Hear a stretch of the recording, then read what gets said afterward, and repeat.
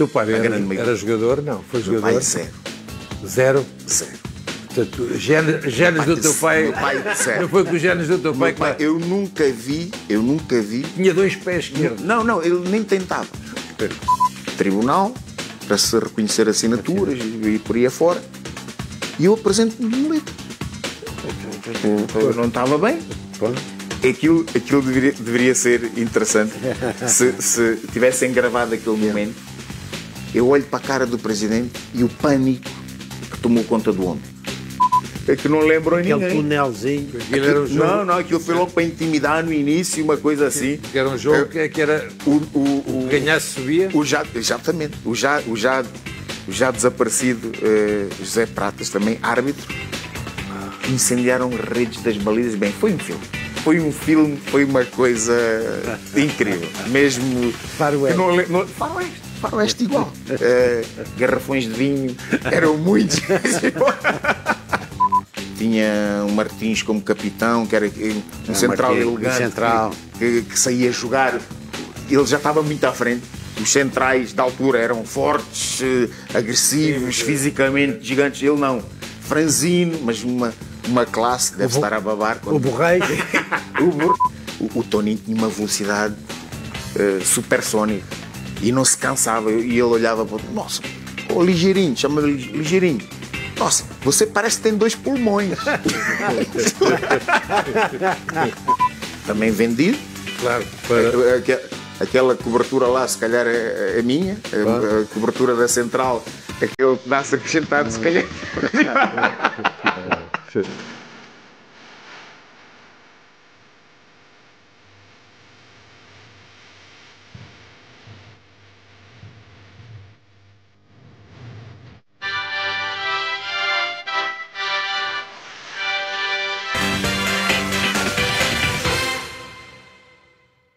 Nesse jogo, a lesão acontece numa fase ainda muito precoce do jogo.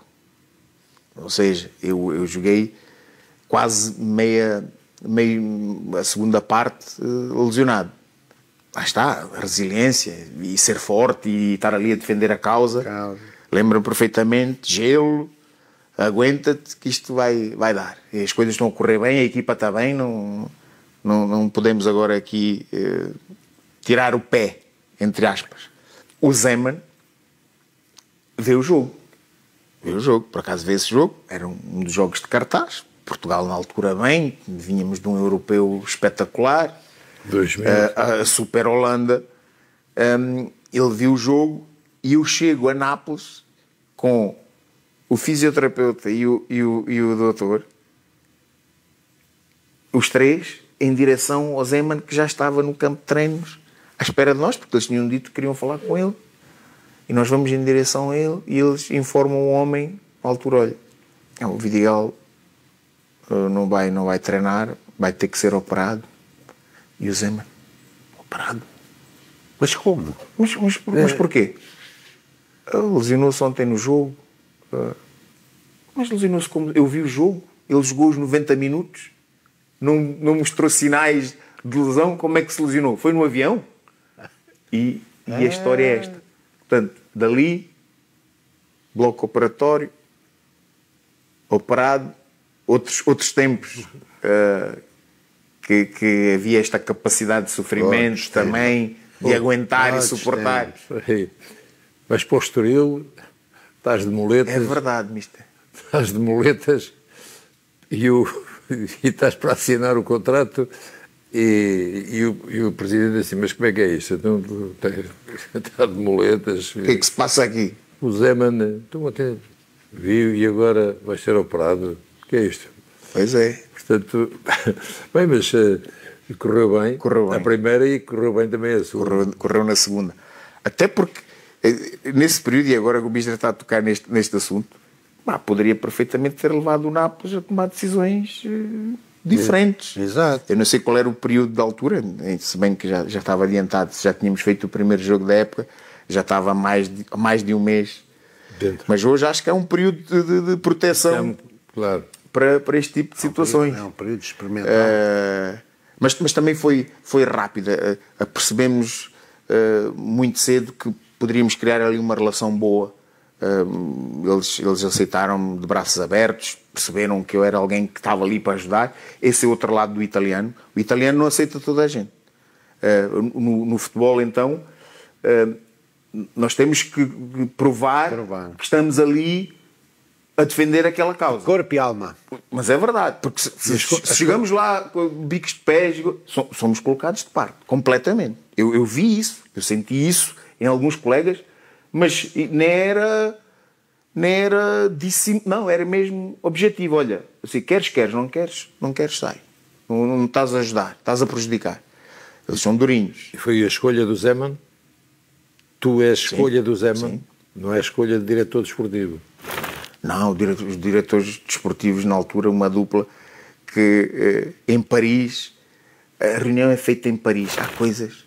E eu assim, estes artistas ou estão aqui a preparar alguma coisa, ou vão querer alguma coisa para eles, que estão a fechar um negócio aqui e depois vou viajar para Nápoles para acertar lá. Valores. Estranhaste ser em Paris. Mas completamente. Completamente. Mesmo não sendo alguém que está constantemente focado nestas estratégias. Mas eu apercebi-me rapidamente que havia ali qualquer coisa. Acordo feito por telefone Nápoles-Lisboa. Viagem não para Nápoles, mas para Paris. Novamente conversa sobre anos de contrato e valores. Eu assim, isto já está falado. Isso já foi falado. Mas o presidente está à espera. Assim, ok, eu não tenho nada para... mas podíamos ver isto aqui. Não, o acordo está feito. Ou é isto ou vou-me embora já. E também valeu a pena ter sido duro. Porque eu apercebi-me que eles estavam ali com intenções de qualquer coisa. E lá fui para Nápoles e a coisa aconteceu e foram 4 anos maravilhosos.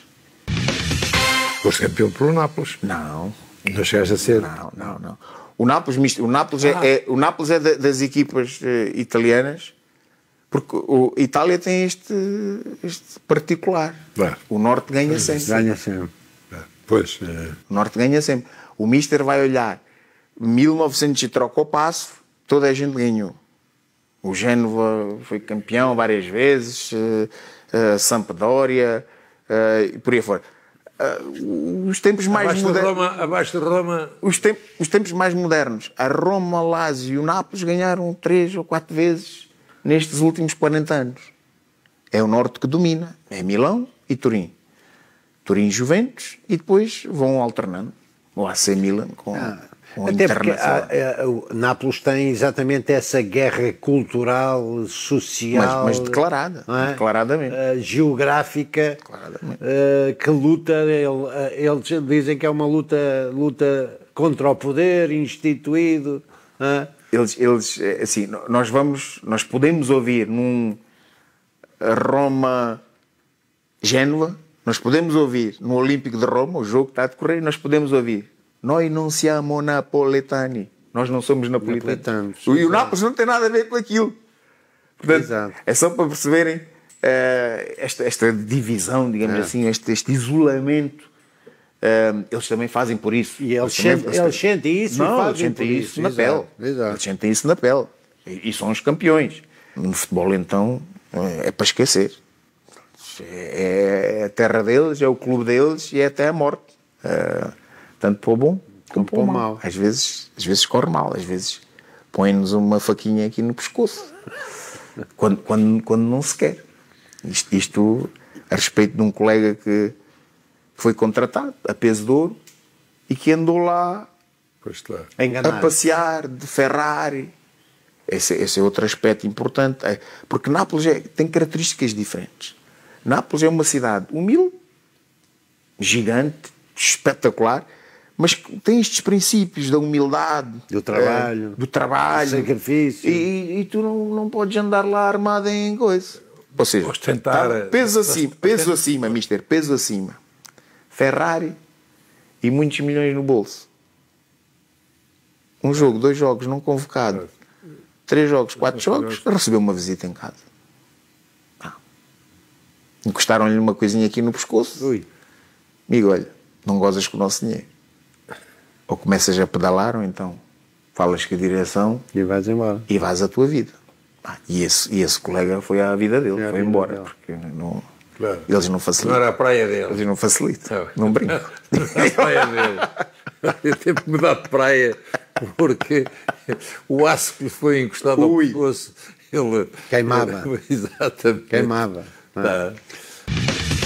O ciclo a seguir. Portanto, temos Nápoles, Continuar. fecha ciclo, Surge emerge a possibilidade Livorno, de continuares na Itália. Itália. Emerge um Livorno renascido das cinzas, um clube com um passado interessante, com jogadores importantíssimos que representaram clubes da dimensão do Inter de Milão e por aí afora, mas que andou mesmo desaparecido. Spinelli, um ex-presidente do Génova das competições europeias, a Super Génova, também com alguns interesses no Porto, lá está, esta coisa sempre do negócio, no Porto de Livorno, que é importantíssimo, cria ali uma boa relação com a cidade, compra o clube, este é outro aspecto interessante, que os presidentes lá compram os clubes, chegam lá e quantos milhões é que são? Pumba! Compra o clube e consegue colocar o clube de volta à Série A. Um período espetacular, com presenças na Liga Europa. Infelizmente hoje já nem sei onde é que está o Livorno. Aquilo entretanto caiu, mas com jogadores como Lucarelli, como Fábio Galante, como Igor Proti, e já falei de dois melhores marcadores da Série A italiana. Exato. Incrível. Para um clube daquela dimensão foi algo espetacular. A passagem pela Udinese, um clube de uma dimensão já superior, com gente que sabe gerir, e que talvez a fase mais difícil da gestão da Udinese teve a ver com a divisão de foco em Espanha e Inglaterra, porque o clube comprou o Granada, os proprietários da Udinese compraram Granada em Espanha e Watford em Inglaterra, então perderam um bocadinho o foco Do Udinese. da Udinese, e a Do Udinese clube andou mãe, aí, claro. andou aí a patinar. Na época passada, salvou-se na última jornada. Nada. Este ano começaram bem, estão a voltar a focar-se mais no clube. Não falta nada. Uma estrutura, um complexo, treinos, uma cidade super tranquila. Não tem nada a ver com a Itália já agora. Aquilo já é mais Eslovénia do que Itália. Aquilo que se vive em Nápoles, do caos, de trânsito e de alguma irresponsabilidade até social na forma como se fazem as coisas. Ali não. Ali é organização. Não se pode passar A linha vermelha. Não, mister, tá o sinal está laranja, não, só pode passar no verde. Não se atira o papel para o chão. É uma cidade super organizada. Nós jogamos Champions League com a Udinese, mister. Não é? Nem todos tiveram. O Zico jogou lá e não jogou Champions League. Tínhamos uma equipaça também com Candelá, campeão do mundo e europeu pela França, Néstor Sansini, campeão do mundo pela Argentina, e a Quinta, campeão europeu pela Itália. Depois os craques mais jovens miúdos, o Obodô e o Sule Montari, Nigéria e Gana. E um grande marcador, não é deles? E a Quinta. E mais tarde há um outro. Estou confundido. O Amoroso, anteriormente, talvez. A apresentação da equipa, só para perceber, os adeptos vão ao jogo. Os adeptos em Nápoles, a gente vai comprar um pão e não consegue comprar o pão. Porque é abraçado, é beijado, é fotografado. Então a esposa deixou de sair comigo porque é impossível sair. A vida social em Nápoles é quase impossível. Para um jogador de futebol, se eles gostam, então não se consegue sair. Mas Udine, Champions League, a apresentação da equipa, no primeiro dia, nas instalações do clube, tinha um gato pingado À espera. só a ver se estava alguém, se não estava alguém. É sério. Aquela relação dá perfeitamente para fazer vida social em Udine. Udine. A gente consegue sair e aqui e ali um que tenha menos vergonha consegue aproximar-se e tal. Dá para tirar uma fotografia. Mas é aquela coisa do respeito, não vou estar a invadir o espaço. Em Nápoles não. Em Nápoles, se a gente pede um Uber Eats, ele vai entrar em casa. Ele não vai entregar na porta. Assim que abrimos a porta, ele entra logo e quer saber onde é que vive e como é que está. É uma realidade completamente diferente. Mas um clube gigante, a Udinese, foi considerado o clube com mais jogadores inscritos, uma visão fantástica em termos de scouting. Já nessa altura? Já na altura. Eu lembro-me perfeitamente, na altura ainda com os DVDs e por aí afora, eu lembro-me de entrar numa sala de observação de gente que só trabalhava na observação. E eles tinham os canais, todos, os ecrãs com os canais desportivos dos países todos, onde se joga futebol, e depois na zona, o jogador A, letra A, B, B, B, C, o ano de nascimento e por aí afora, surgia o jogador Y do país Y ou H, teve bem este fim de semana, em clube é que joga e tal, iam pesquisar, começavam a observar imediatamente. E na altura os Alexis Sanchez da vida para o Barcelona e a Quintas para a Juventus, um clube que faz milhões e milhões a identificar rapidamente, antecipadamente, jogadores com potencial, coloca na primeira equipa, arriscar e vende. Fantástico. Trabalho espetacular. Sempre foi tua intenção continuares a Itália? Eu vou colocar aqui o nós, porque entretanto aí estou casado e nasce o primeiro filho um ano depois. E o segundo, estudaram inclusivamente em Itália, e nós temos uma relação muito próxima com a Itália. Nós gostamos muito, porque também sentimos que somos amados e respeitados sempre que lá vamos. Nápoles é uma cidade fantástica, é assustadora no primeiro momento. No primeiro momento assusta.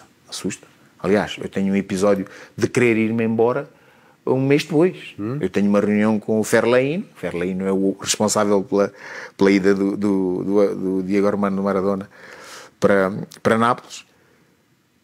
Presidente, eu não aguento mais isto, porque isto é um caos, o trânsito, e toda a gente pode fazer o que quer, e um bocadinho assustador, e as dificuldades de encontrar casa, porque sendo uma cidade de mar, ilhas extraordinárias, Capri, Ischia, por aí afora, a Costiera Amalfitana, que só vemos nos filmes, é lindo. Mas é assustador. Aquele primeiro impacto é assustador. Quem vive lá... Eu queria me ir embora, e eu... Vem cá. A classe de alguém com tantos anos daquilo. Sentei. Olha, não és o primeiro que tem esta atitude de querer abandonar e deixar um clube como este e uma cidade fantástica como esta. Porque eu sou daqui, eu sei que é difícil. Mas olha, vamos fazer o seguinte. Eu vou reservar um hotel em Capri. Minha responsabilidade, pegas na tua mulher e vais para lá, passas lá uma semaninha e depois vens tranquilo e vais ver que te vais sentir melhor. E eu olhei para ele e disse: ok, presidente, eu vou treinar, um abraço. Ele não me ia deixar ir embora. Aquela forma dele se posicionar perante algo tão complicado, porque talvez um presidente mais jovem assustar-se-ia, então, mas este quer ir embora. Eu vou ficar aqui com um jogador contrariado, eu estou tramado, como é que isto vai? Calma, vais lá descansar, e depois quando voltares, a gente volta a falar, tu vais ver. Tirei-lhe a pinta disse: isto não me vai deixar ir embora, portanto, vou mas é treinar, que é o melhor que eu faço. É a melhor coisa que eu tenho a fazer. Eu fui do aeroporto com um taxista. Aquilo, para entrar no centro da cidade, também tem uns túneis. Portanto, o túnel para a entrada da cidade estava completamente congestionado. Ele foi pelo outro. O taxista. Estes são os meus primeiros tempos de Nápoles, assim. Não te preocuparem. Vidigal, ele dizia os outros quando diziam: não, Vidigal, jogador do Nápoles, jogador do Nápoles. E eu assim, onde é que eu me vim meter? Mas depois tudo normal. Sentido proibido. E ninguém se chateia. Ninguém se chateia. Vou numa rua com um sentido só. E estão a vir carros do lado de lá.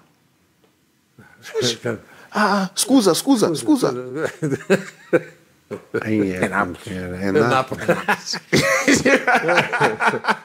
Quer dizer, quando chegaste a Udine, disse, isto aqui é outro país. Paraíso. Né? É outro país. Paraíso. Em Livorno, já agora para falar das 3 locais onde estive.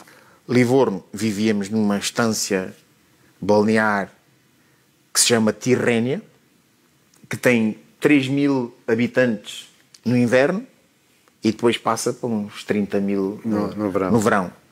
Um lugar também, ninguém chateia ninguém, naquele período mais calmo. É difícil quando se chega para início da época, que aquilo não tem lugar para nada, mas depois, a partir de final de setembro, já calma. Tranquilo, é casa, a pé para fazer tudo, porque aquilo é um lugarzinho pequenino, fica entre Pisa e Livorno. Outro paraíso, também com recordações espetaculares. Portanto, este ciclo italiano encerra-se em Udinese. 8 anos. Em Udine. Não, eu volto ainda para Livorno. Já o Livorno. Exatamente. Já é um Livorno refundido? Não. É o Livorno. Portanto, primeiro ano Livorno. Já o Livorno de 1915. Depois o Udine e depois Livorno, Liga Europa. Livorno, Liga Europa. E faço mais 2 anos de Livorno. 2 anos de Livorno. A partir desse segundo ano é quando o Spinelli começa a desinvestir e o Livorno hoje estará a disputar, algures, não sei, nem sei que liga está a disputar. Algures. De todos os treinadores que tu tiveste na tua passagem por Itália, houve algum que te tenha marcado assim de uma forma significativa? E também foram muitos. Também foram muitos. O Zeman, o primeiro impacto, alguém com uma experiência enorme, com um passado importante também naquilo que foi a evolução do futebol até em Itália, porque ele contrariava o Catenaccio completamente. As equipas dele eram muito mais ofensivas, muito mais voltadas para não jogar no erro do adversário, mas para provocar erro no adversário. Exigente, muito sério, não havia cá conversas da treta com ele. Depois temos, por exemplo, um Donadoni da vida, que é importante nesse Livorno, que ele consegue passar o Donadoni no Livorno. Ele consegue passar aquilo que do saque, aquilo que muitos treinadores sabem, mas não conseguem passar. Vocês são treinadores e se calhar sabem do que eu estou a falar. Às vezes nós temos conhecimento, nós não temos capacidade de passar a mensagem. E ele tinha essa facilidade. Nem por acaso conseguimos jogar a Liga Europa com um clube como o Livorno. E também ele com coisas simples, mas que nos faziam pensar. Um episódio com o Donadoni. Eu estou no hall do hotel à espera que a equipa deixa para irmos para um jogo, e estou um pouco mais relaxado no sofá. E o Donadoni vem, ele sempre muito tranquilo, parou à minha frente, olhou para mim e disse: Luís, se eu não te conhecesse tão bem, hoje não jogavas. E eu pus-me logo direitinho. Ele estava a olhar para a minha postura de relaxado e estava: se eu não te conhecesse tão bem, hoje não jogavas. E eu percebi imediatamente a mensagem que ele me passou e eu rapidamente me coloquei numa posição mais firme e lá fomos para o jogo. Coisinhas pequeninas fazem toda a diferença. Era muito exigente. Alguém que ganhou o que ele ganhou. Estamos a falar de um campeão europeu. Estamos a falar daquele Super Milan. Super Milan. Mas de uma humildade incrível. Incrível. Sempre disponível para ajudar, para aconselhar. Foi inclusivamente selecionador de Itália, portanto isto quer dizer muito. O Zeman, eu lembro-me o Zeman, depois ele treina a Lazio mais tarde. Sim, Lazio, Roma. Sim. Ele tem ali um papel importante no futebol italiano porque contrariou este lado mais tático, das equipas mais amarradas e presas. É verdade, com essa experiência de 8 anos, aliás, houve depois também alguns jogadores como o Rui Costa, o Sérgio Conceição, o Fernando Couto, que passaram. Fica-se sempre, quando se defrontam equipas italianas, de que há sempre o lado tático do jogo em que há uma incidência do treino que passa pela parte tática do jogo. Sim, portanto, treina-se muito. Treina-se muito. Mais posicionamentos. Sim. Refiro-me mas é interessante porque nós vemos o resultado nisto. O problema é quando algum treinador insiste nesses comportamentos e a equipa continua a sofrer muitos golos e a equipa não consegue depois passar para dentro de campo. Mesmo não sendo muito defensivo, por exemplo, o Donadoni, mesmo não sendo muito defensivo, eu lembro-me perfeitamente no Livorno, assim, o Milan do Rui Costa e do Seedorf e do Gattuso e por aí afora, esse super Milan. Mas esse era um Milan que às vezes era um Milan de risco, não é? Mas tinha jogadores... Nós ganhamos esse Milan com o Livorno. E isto para dizer o quê? A semana foi preparada ao detalhe, quando saía pela esquerda, quando saía pela direita, a bola entra em quem, orienta-se para onde, vamos condicionar isto, vamos condicionar aquilo. Sabe a sensação de um jogador, não de um treinador, porque o treinador deve ter essas sensações muitas vezes, mas de um jogador que acaba o jogo, ganhou o jogo e diz assim: pá, o homem ganhou o jogo. Não foi o jogador. Ele preparou o jogo e preparou-nos para o jogo que saiu como ele falou a semana toda. Incrível.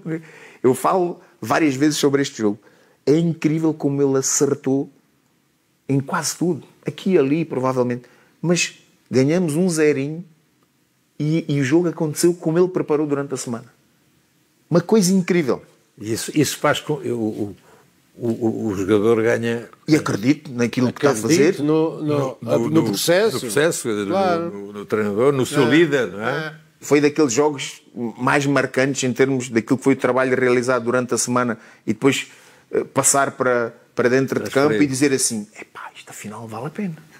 Certo. Isto afinal vale a pena. Incrível. Foi uma festa enorme.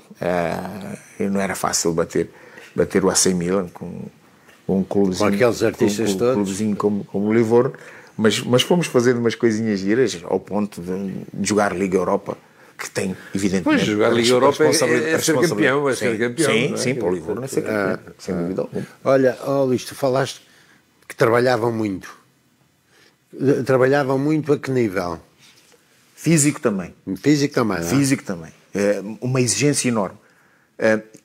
Só para rapidamente não tirar mérito ao Mr. Materazzi, que saiu naqueles primeiros 5 jogos, a pré-época foi alucinante.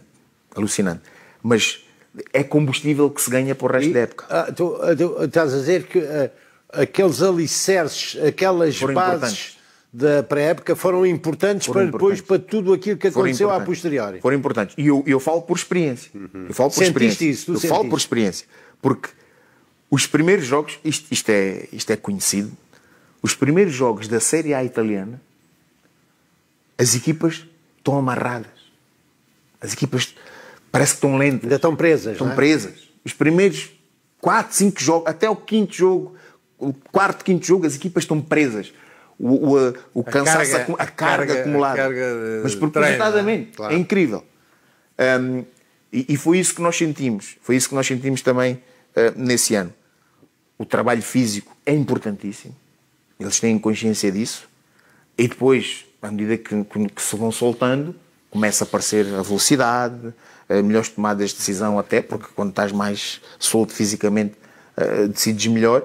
Mas é uma liga e um pensamento de grande parte dos treinadores. Muita preparação tática. Muita preparação física durante a pré-época e tática. Eles acreditam que, eliminando mesmo coletivamente, eliminando aquilo que poderão ser as forças maiores do adversário, porque se nós estivermos a falar de um clube, por exemplo, como o Livorno, nós vamos estar sempre em inferioridade relativamente à grande maioria dos clubes que vamos defrontar. Tens que otimizar o coletivo. Exatamente. Então, se tu não trabalhas isso e te armas em esperto, o Lucarelli faz 20 golos por época, está bem, mas depois se o Vidigas e o Manel e o António não correrem, o Lucarelli vai fazer 20 golos, por acaso até vai.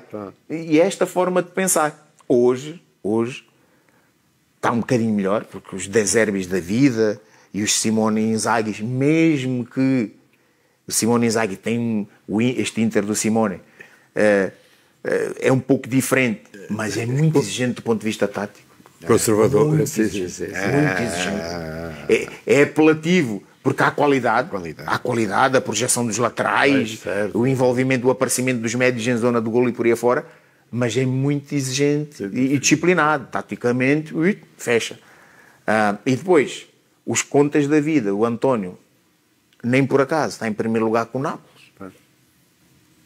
E é o quê? É muita organização. O António Conta não é um jogo espetacular. É um jogo, mas não é bonito, não encanta. Não encanta. Mas está em primeiro lugar. Exato. E quem é que vai discutir com ele? Portanto, é olhar e tirar o bom de um e do outro para conseguir construir algo diferente. É fundamental o trabalho tático, é fundamental o trabalho físico. Nós temos, na minha opinião, em Portugal, esse lado estratégico e talento que ainda vai havendo, que consegue, às vezes, equilibrar com essas forças, porque não é fácil ganhar uma equipa italiana, nós sabemos que não é fácil. Mas olha, entretanto, nisto tudo, o que é feito do Tony? O que é que foi feito do Tony? Portanto, porque veio o Tony e veio o Luís. E o Luís dá esse salto, que é o Tony que tem, portanto, aquele potencial que levam a que vão observar o Tony e o Luís. É verdade. E ainda tem o Jorge. O Jorge também, depois, é até campeão em 2001, depois pelo Sporting, faz apenas um jogo com o Bologna, jogava na equipa B do Sporting, depois vai para o Estoril. Esse é o mano mais novo.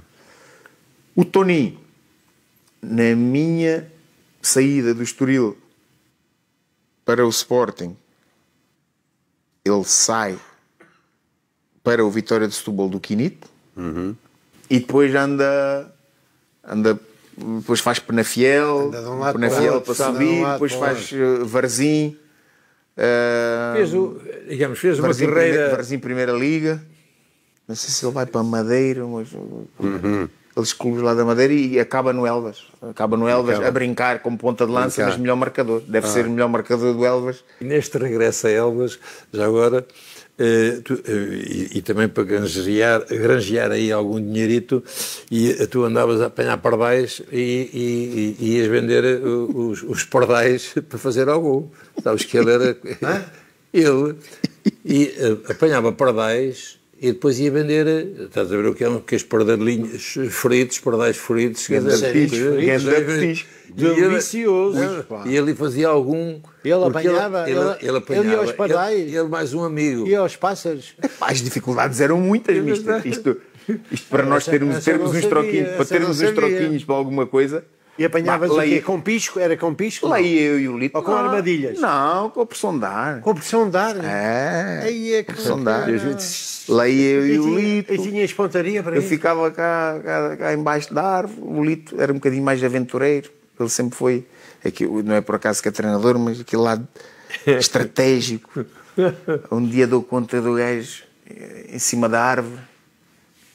E eu olho para o artista, portanto, subiu o tronco principal, depois tinha mais 2 ou 3 troncos que se dividiam, e ele está ali, quase numa cama da rede, deitado.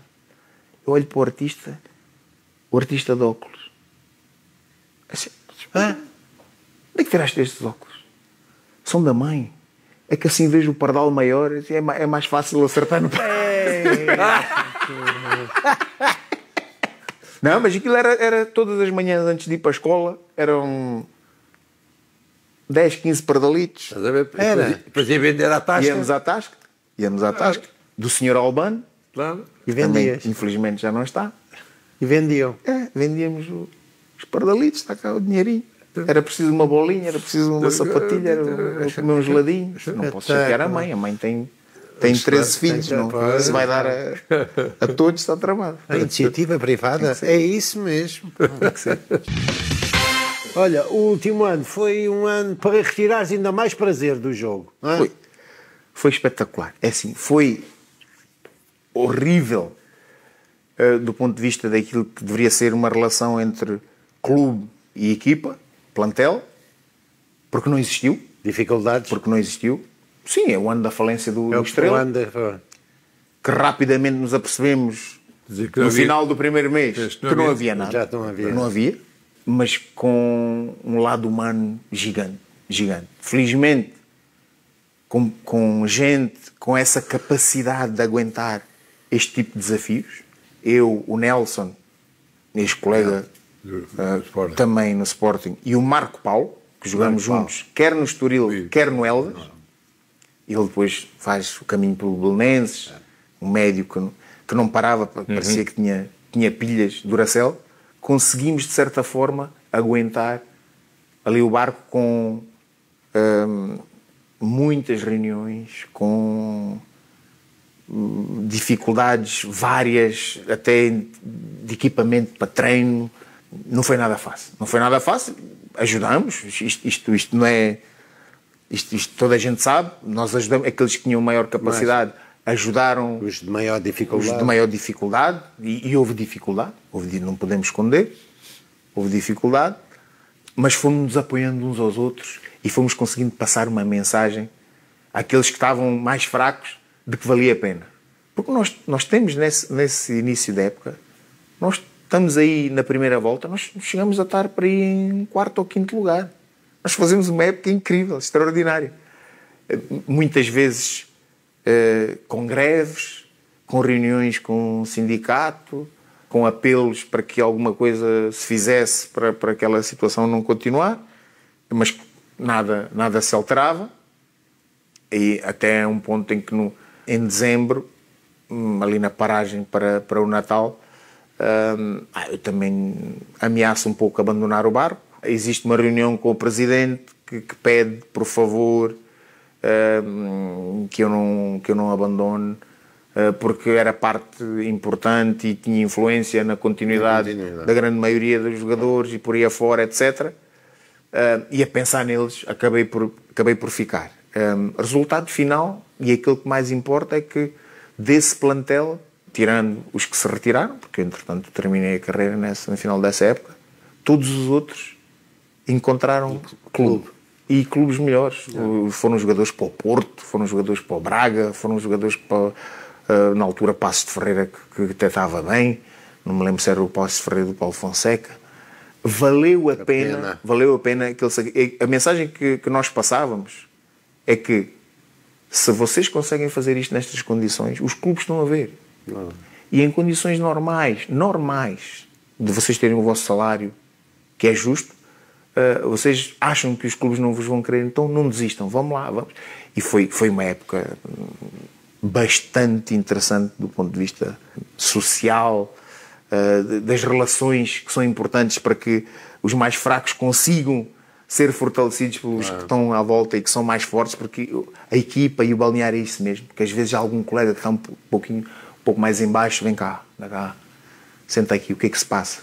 No balneário do Sporting, alguém que estava nestas condições, o Beto Acosta, no primeiro ano em que ele chega com a época já a decorrer, e ele vem de uma lesão antiga.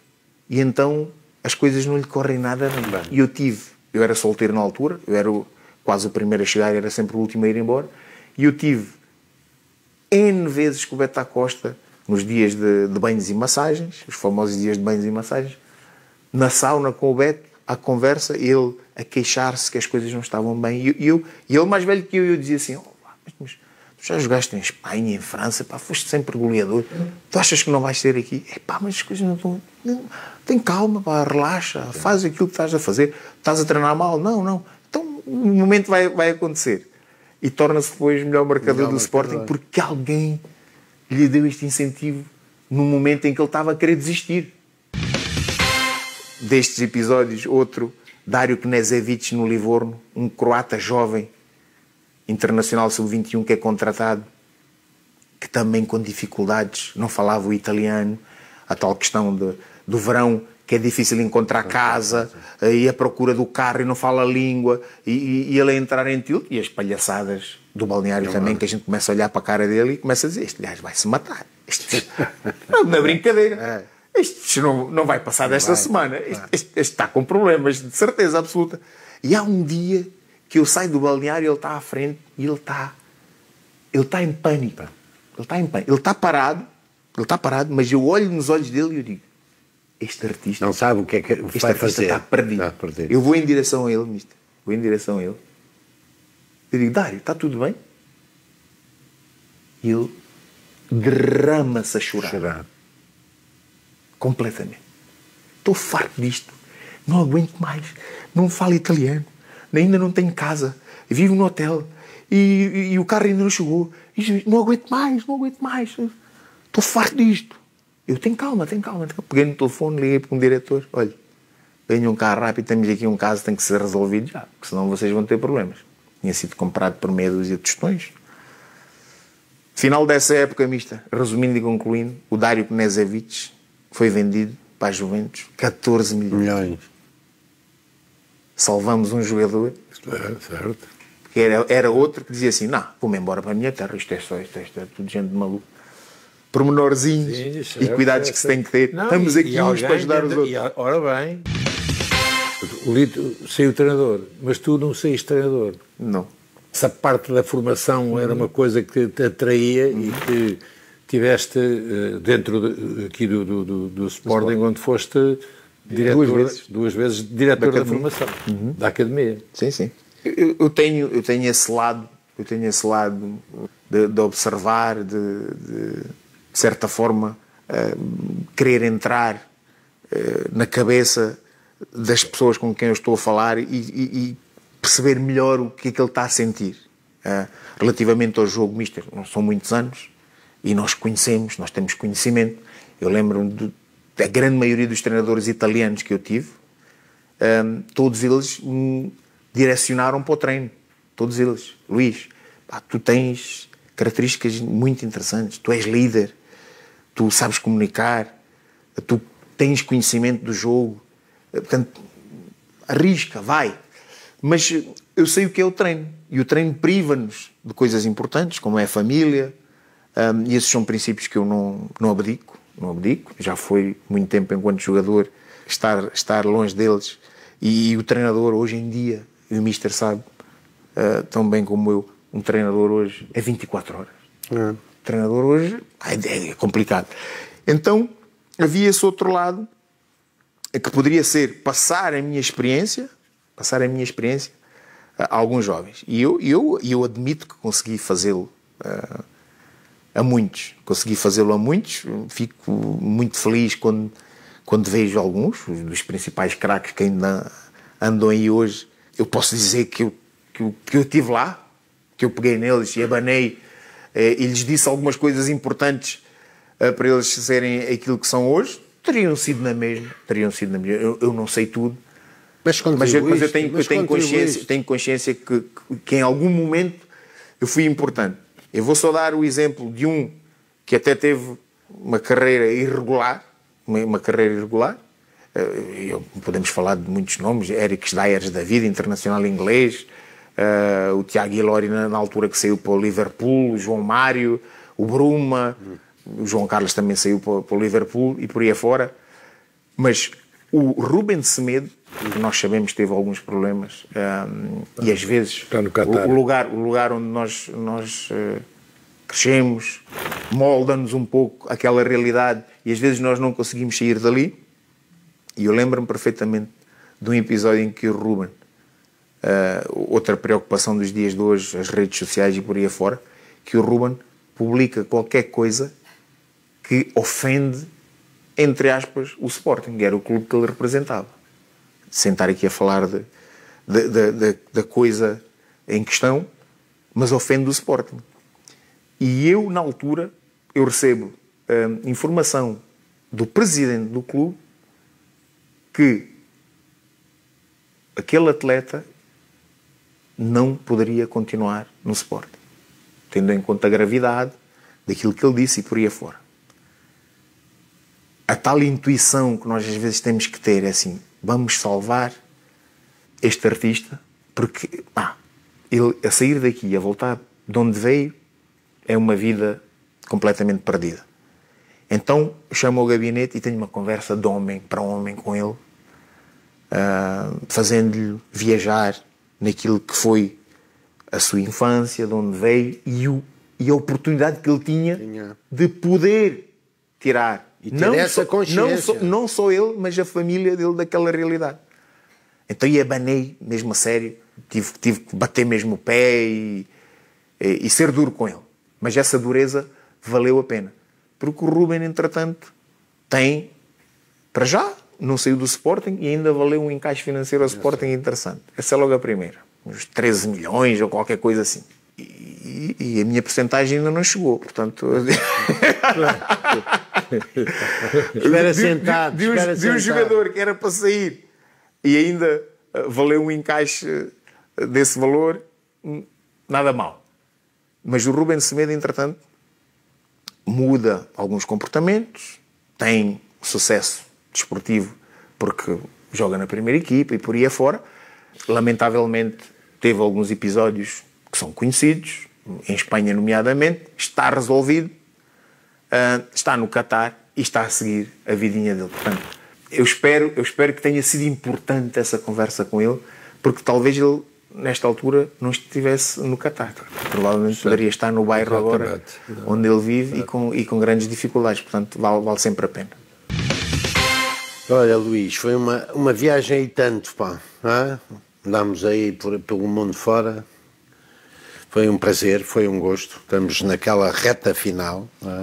E nós acabamos sempre o nosso sagrado balneário com uma história aqui que enleva os nossos espectadores e que, digamos, os faça sorrir de uma forma mais intensa. Para terminar, eu também agradeço o convite. Está a ser uma viagem espetacular.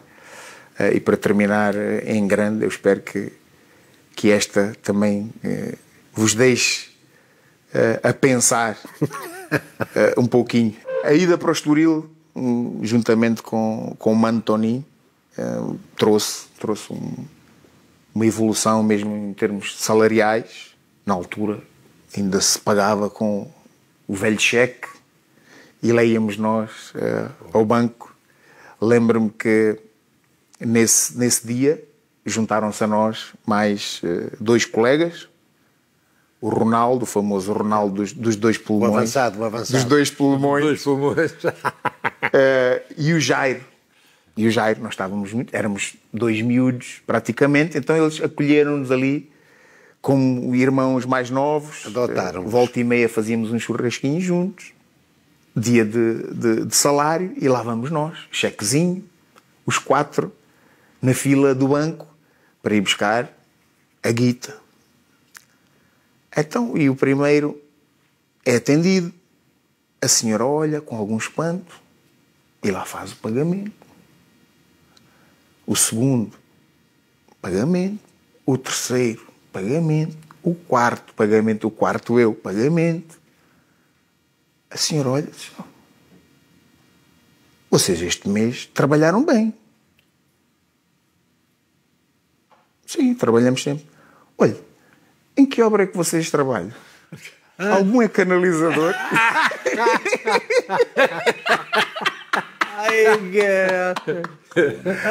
Algum é canalizador, que eu tenho um problema lá em casa. Pode ir.